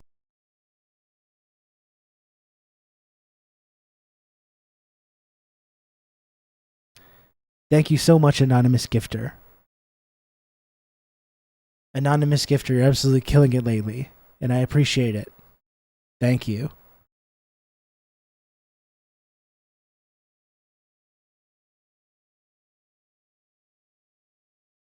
Is there anything else we need to watch about this? You can count on me. You're going to have good old Rob to talk you through all this. CCRK, thanks for the 12 months of Prime. Congratulations to you, actually. 1 entire year of Prime from CCRK1. Enjoy your very cool, very elite and exclusive 1-year sub badge. You have earned it. Thank you for that.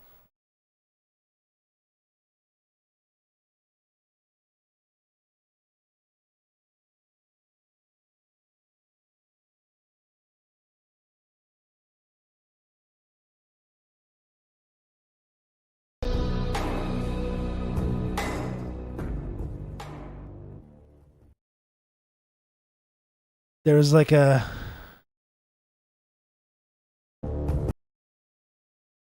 Berlitic and Carl Jha video.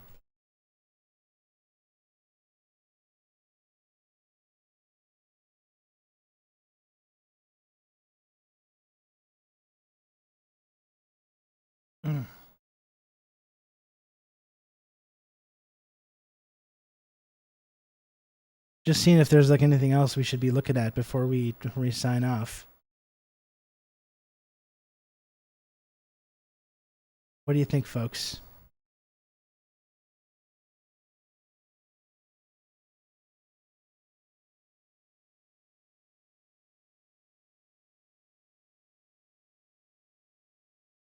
I'll try to make it through 2 hours of doing a stream. How about that? I'll try to make it through 2 hours. I'm very tired and I do have to go outside at some point. I will try to make it through 2 hours of this stream. But I'll also remind folks as well that another way that you can support the stream is just by simply smashing the follow button. I'm inching ever closer to 10K. I got a ways to go still. I'm approaching 9K.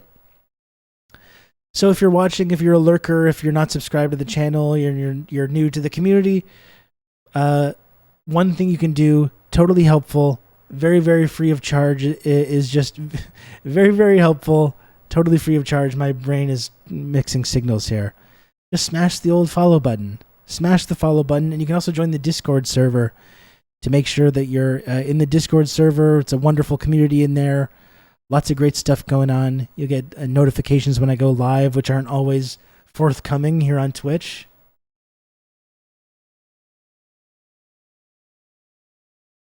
So if you're not able to subscribe to the channel, which I do totally understand,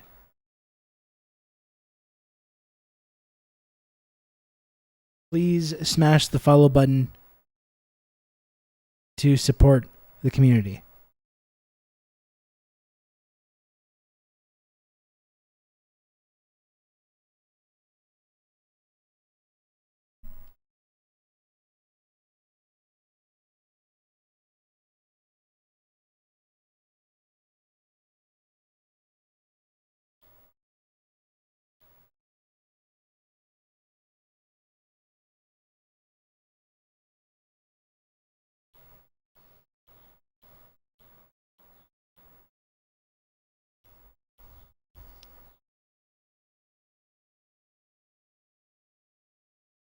I just noticed your shirt. That's right. I think it like having a sort of like novelty Breaking Bad themed shirt was like cool in 2012. It was lame in 2016, and now it's become cool again. Now it's kind of like retro cool and ironic to have. So I'm comfortable still continuing to have that.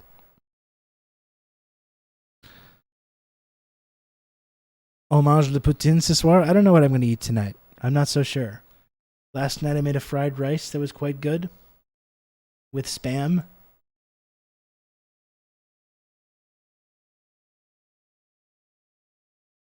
Not sure what's going on tonight.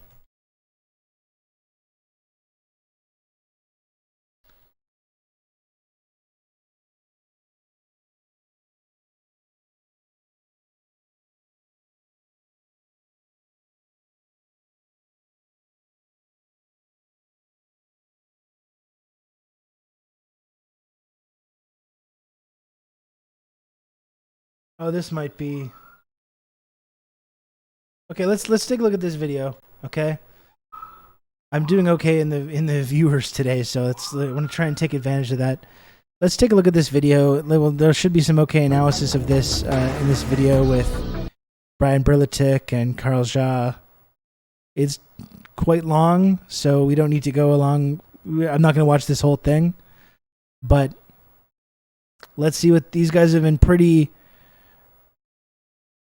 reliable in terms of their analysis of all this over the last couple of months and years. So I like having a "Save the Cheerleader, Save the World" t-shirt. I don't know if having a Heroes themed shirt would be ironic or cool at all.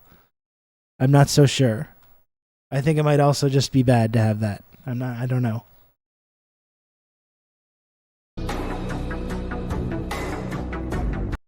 Course, we cannot forget Angelo, who is in the house as well, and Carl Jha will be joining us momentarily. Gentlemen, Eugene Pierogi wow, has gone what woke some news and gone to wake broke. up to this morning. You hate when Wagner PMC goes woke. You see what happens when you try and do a woke coup. It goes nowhere. It's a damn shame. Huh? I'd like us to elaborate on that. Please do. Yeah, I mean, we could have done this earlier, but we decided to kind of hold off until at least we had some facts and talk about something more concrete. And I think we could see what's developing. A lot of people are. I see in the comments people are calling it a psyop. At this point, I really don't think so. I think this is just one of those instances in history where people involved in something gigantic, their ego ends up being even bigger, and they end up out of control. And I think over the last couple of months, we've seen the Russian Ministry of Defense incrementally absorbing every aspect of Wagner, and maybe Prigozhin and certain factions within the organization are against this. And so now we see this happening.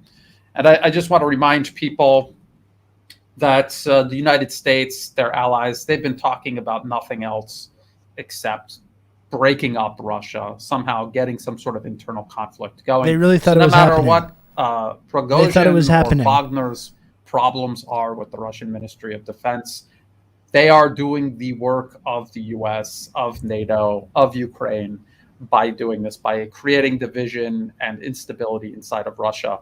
If people think that it is a psyop, I would like to really hear how, at this point, how this is all playing out. Because I mean, we're seeing videos of what seems to be fighting. Although, like I said, even now that second season was no good to be jumping to any major conclusions. But I mean, if this is a psyop, they're all in on it. I mean, like they've gone 100. They're 100% committed to this. I don't know, Angela, what do you think? Same, very skeptical. I think we are in a position, again, it's important to remind people that we are going to do some speculation here. There's a lots of information that we are discovering by the minutes. The first reaction is, it's a shock. It shows us that actually Russia is still very fragile. There's been for a long time, there's been this fifth column that actually Putin has been mentioning. And now here we see a billionaire, someone very rich that has completely lost his mind.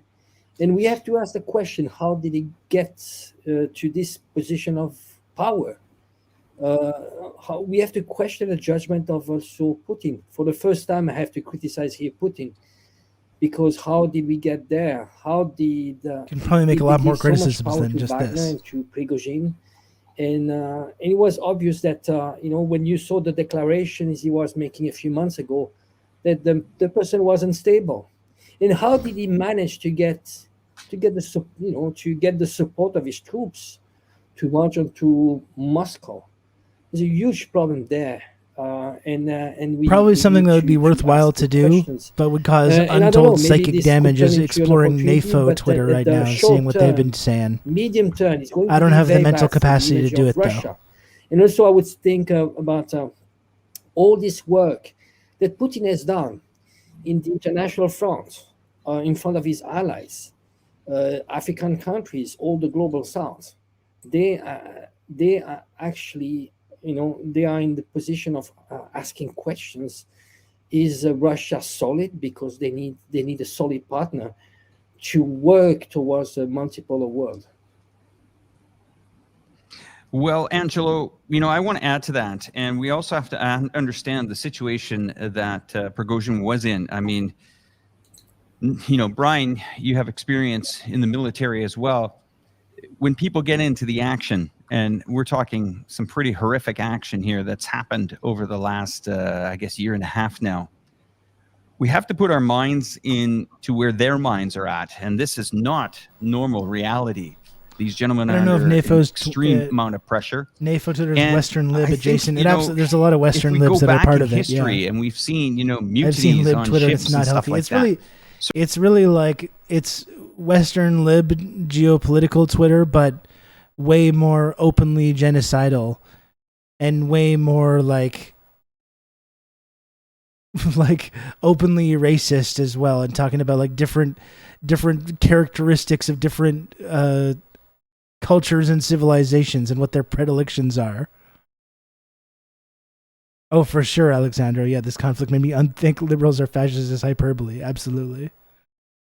And you see with this, like they've been like celebrating this idea of this brutal private military company overthrowing the Russian government, which like I don't see any scenario when that would be a good outcome for anybody, to say nothing of people in Ukraine who they're supposed to care about, but they're celebrating it. It's really remarkable stuff. Certain individuals, when they're in the middle of this action, when they're fighting and they're succeeding, but they're losing some men doing it, and then they continue to push forward and put everything on it. There's a sense of course, pride. Then there's a sense of, PTSD is definitely going to be kicking in there as well. But also understanding that they are not in a normal, we'll say it's society in there, and they are under an extreme pressure. Now, I'm not condoning his behavior by any means. Yeah. But I'm saying that sometimes individuals get so locked into their, I would call it, we'll call it their world at the time where if they achieve something that is remarkable, or something that will go down in military success, they come out of that with a sense of maybe pride, and also a sense of maybe they have this feeling that they're almost bulletproof. And I feel in this situation here, I don't think there was a direct shot at the commander-in-chief, but maybe military ranking-wise, somebody really effed up here. And, this entire country is... I'm going to bring in Carl Zoff for a little bit of commentary on this. Carl, welcome to the program. Haven't seen or heard of Carl before, you can click on his link in our description below. Please subscribe to that channel right now. Don't hesitate while you're at it. Russia Carl, bad, over though. to you. Tell us. Even if a private military beholden to some rando is in charge, at least Putin's not in charge anymore. Well, and even if you point out like how catastrophic a civil war would be for people in Russia, how catastrophic it would be for people in Russia, just as it was the last fucking time this happened, to be remade along Western lines, or broken up into 7 different ethno-states. Like, they don't actually care, though. They don't actually care because they don't consider Russians as being like worthy of life or worthy of dignity. They view them as being these kind of like vermin that deserves to suffer, it deserves to have these bad things happen. Even the Russians that have nothing to do with any of this shit. Like, that's what I mean when they say that they've completely embraced this kind of like pseudo race science analysis. The Russian people, all they understand is violence. They're basically just like apes, That's basically how, or orcs, that's how we talk about them. Even then, the nuclear weapons should scare those folks. They should. You're absolutely right. But as I've been pointing out, there just seems to be a lot of people, and especially the people that pose as being the progressive, peace-loving, democracy-loving, authoritarian-hating types. They've been the most vocal about cheering on this kind of escalation. Like, they it almost seems like they want World War III to happen, which is incredibly fucking twisted to me. That's what's happening in your neighborhood. I am right now in Moscow. I am in my hotel room. I just took a short walk to the Red Square, which is just a block from where I am right now. I made some videos, took some pictures, because today has been a very eventful day, to say the least. I woke up this morning and I was getting text message left and right from China, from Thailand. Everyone wants to know if I'm okay. So I'm perfectly safe. I'm safe and sound right now, sitting in my hotel room. I have been running about. This morning, I actually went to the RT Moscow studio for an interview. The traffic was great. There was nobody on the road. But it's probably because it's a Saturday and it was early. And when I got to the RT studio, I was talking to people. That's when they told me, okay, Putin has made the address. I watched the Putin's speech actually in the car, but I couldn't get the subtitle turned on, and my Russian wasn't good enough. So they give me the transcript of what Putin said, and it was very clear. Putin declared this to be a rebellion, and the people supporting it are traitors. And originally, I went to RT to talk about U.S. raising a ruckus about China's role in Latin America. Because what happened, I ended up giving my 2 cents on the current event. And what I said is regarding to Prigozhin, I said that's not the way I would have done it. And I would not have just tried to stage a coup 13 hours drive away from Moscow, right? And I would just keep my head low, get my armor column in Moscow under the cover of darkness, and then once I'm inside Kremlin, I'll make the announcement there has been a change in the management. But I think, Alex, I think you are correct. I think you might be onto something. What Prigozhin has done before, we know, in Bakhmut, he was already raising a ruckus about the Russian military, and this looks like, again, it's a conflict arose between him and the defense, maybe the defense minister Shoigu, and he probably didn't even realize the seriousness of his actions that would go all the way up, and now that Putin put his foot down, this is it. This is now there's no turning back. And the thing is, he has 25,000 troops in Rostov on the Don. Well, that's great, but does he have the support of the Russian Air Force? No. Does he have the support from within the Russian military? It's a recipe no, for not a great complaining coup. About Russian military shelling his Wagner's position. And so there you have it. You have a force that's basically trapped in Rostov on the Don. And if he makes a move on Moscow, it will be on the open ground, open road, no air support. It will be the highway of death for him. So I think he made a serious miscalculation. And it's interesting because Putin, in his speech, I have no idea, Dakadun. No idea. Event to the Bolshevik Revolution. But I was asked about that on RT, and my comment was that, look, Prigozhin is no Lenin, right? He has no ideology. His followers have no ideology. It is extremely sad, Crad Babes.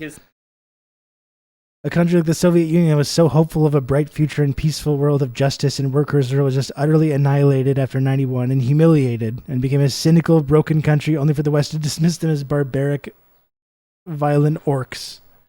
Seriously, yeah, all they know is violence, as they spent a century trying to build this like progressive vision where people had their basic needs met and people could see a doctor and people could go to school and get an education and people could have housing. And supporting these decolonial struggles, places that were trying to free themselves from like centuries sometimes of colonization and violence and exploitation. All they understand is just there's brutality. They're basically barbarians, It's really just sick.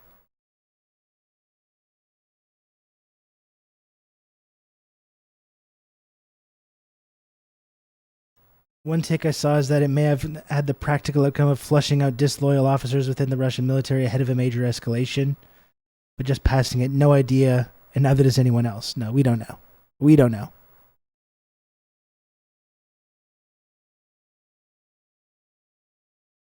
So the Wagner group follow him because he's paying them.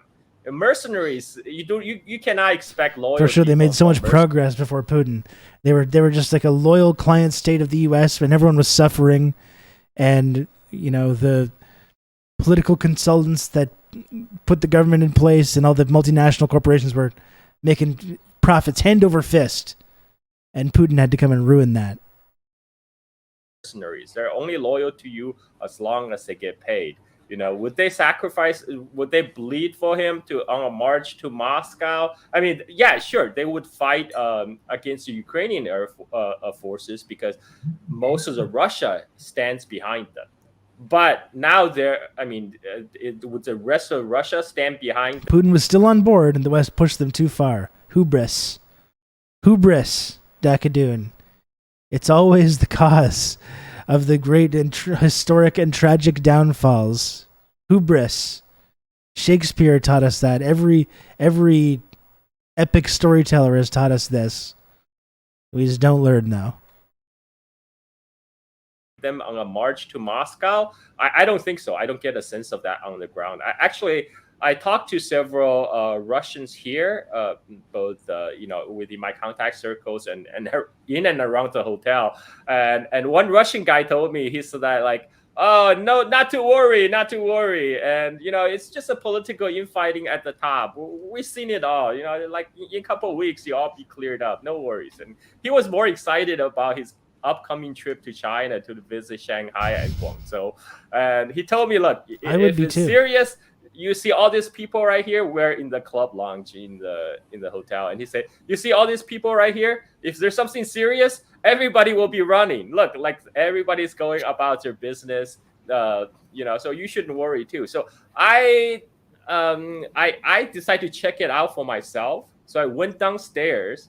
I would, because Red Square is only like a block away. I went to the Red Square. So right now, You gotta go. the Red Square itself the access has been blocked. I don't know if that's just a normal procedure for a Saturday afternoon, because I normally wake up really early around 6 a.m. and I would take a solitary stroll around Red Square. There's no security, no nothing. But today the access is blocked, but there's still tons of people in front of the Red Square. There are Russians, tourists. You can tell there's some people from India, from maybe Iran, and there's locals as well, including myself. Sorry, only facts. And they were just milling about, enjoying a Saturday Suspended by Twitch for 14 days for anti-saltine activities. As far as Moscow is concerned, fired for truth. Nobody's suspended for truth. Here.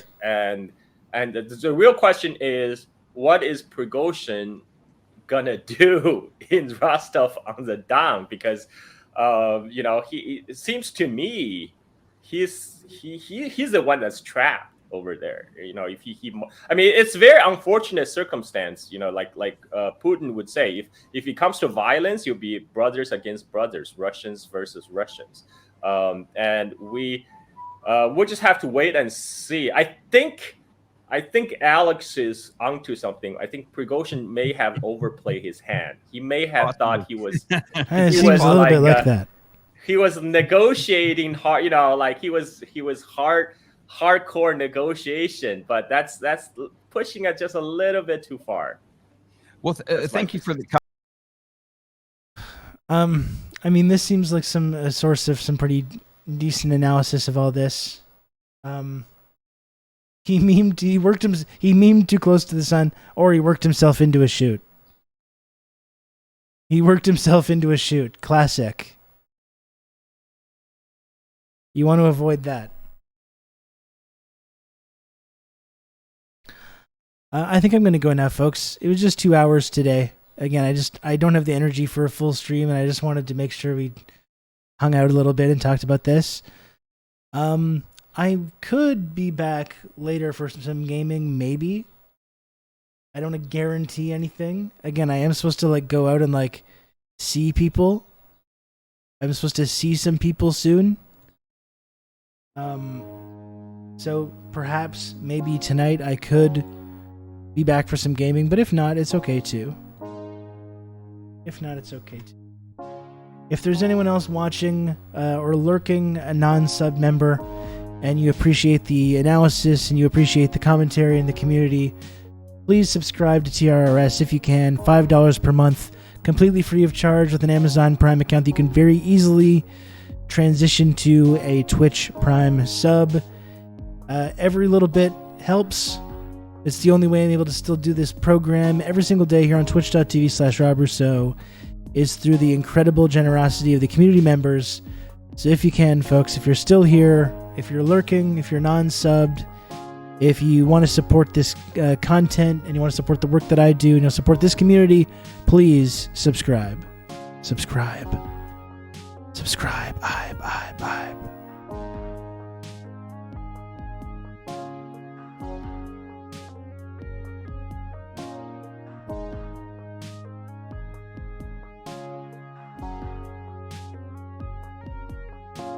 Subscribe.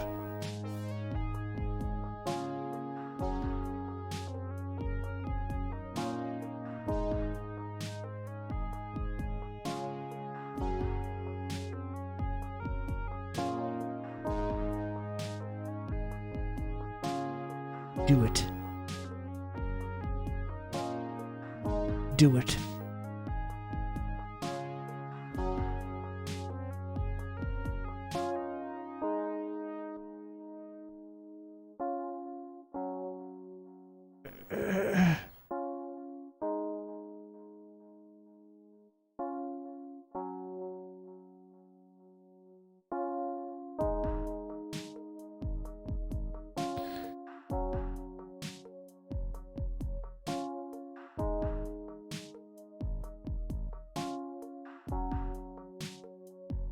It'd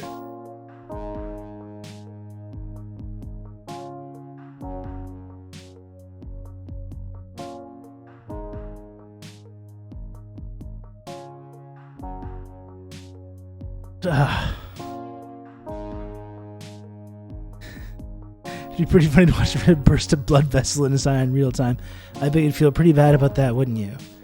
Imagine if I was trying to will people to subscribe through my telekinesis powers until one of my eyeballs exploded. I bet you'd feel pretty bad then, wouldn't you?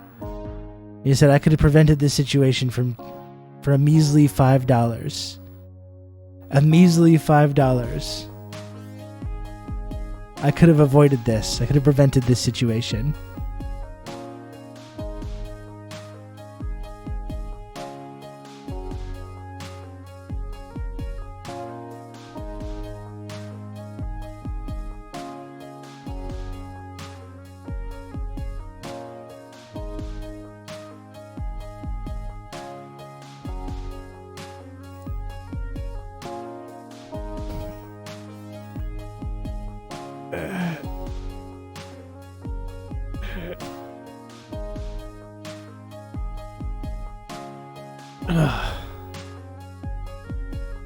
There must be some interference. Maybe there's some kind of a Wi-Fi interference that's preventing my telekinetic powers from reaching full strength. I'm so tired. I think I'm going to take a nap. I just tired myself out there.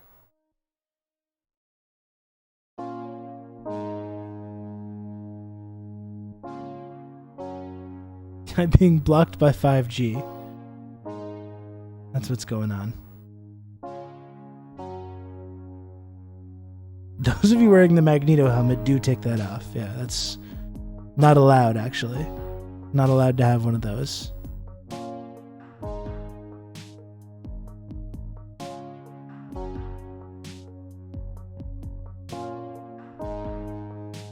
So I'll see you soon, okay, folks? Maybe tonight. Maybe Monday, who knows? We don't know. Till next time.